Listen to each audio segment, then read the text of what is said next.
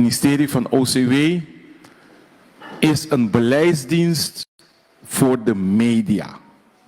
Dat betekent dat wij, als we geluiden horen en er bepaalde wensen zijn, dat betekent dat wij daar werk van moeten maken. Onze tomanota in onze bij atender cu e petition di e cuerpo di periodista ng local. Nós como ministerio que atender com manejo, wij als beleidsdienst mogen zelf in principe geen onderzoek doen. Dus nós como ministerio que atender com manejo, nós mesmos não podemos uma investigação. E dentro do quadro de sei, nós vai buscar uma pessoa of instância para fazer. Omdat wij een beleidsdienst zijn, mogen we in principe zelf geen onderzoek doen.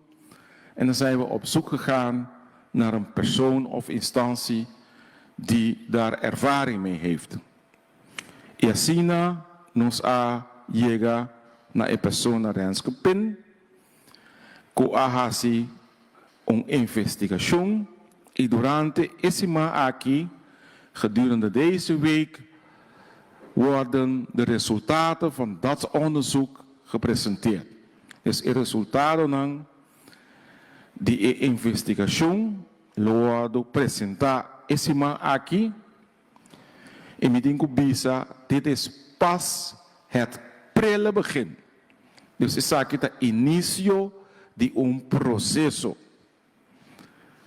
E nota é processo para elevar no momento aqui o nível. Pero para nós não está parar. Dus het is niet dat deze week dat we echt starten met een upgrading traject, een verdere professionaliseringstraject. Dat is het niet. Het is een begin en misschien is het een begin met een vrij lange duur. Als je met een idee start, is er vaak ook nog geen rekening gehouden met wat ze noemen de dekking. Dus waar komt het geld vandaan? Uiteindelijk, binnen het ministerie, is het gelukt om de middelen vrij te maken.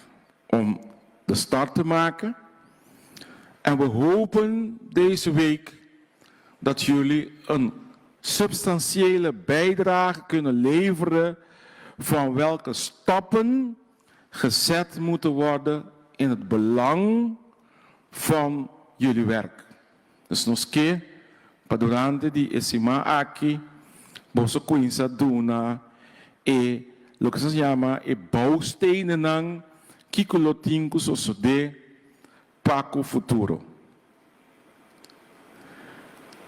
Namens het ministerie van OCW wens ik jullie allemaal een plezierige, prettige, maar voornamelijk leerzame periode de komende dagen.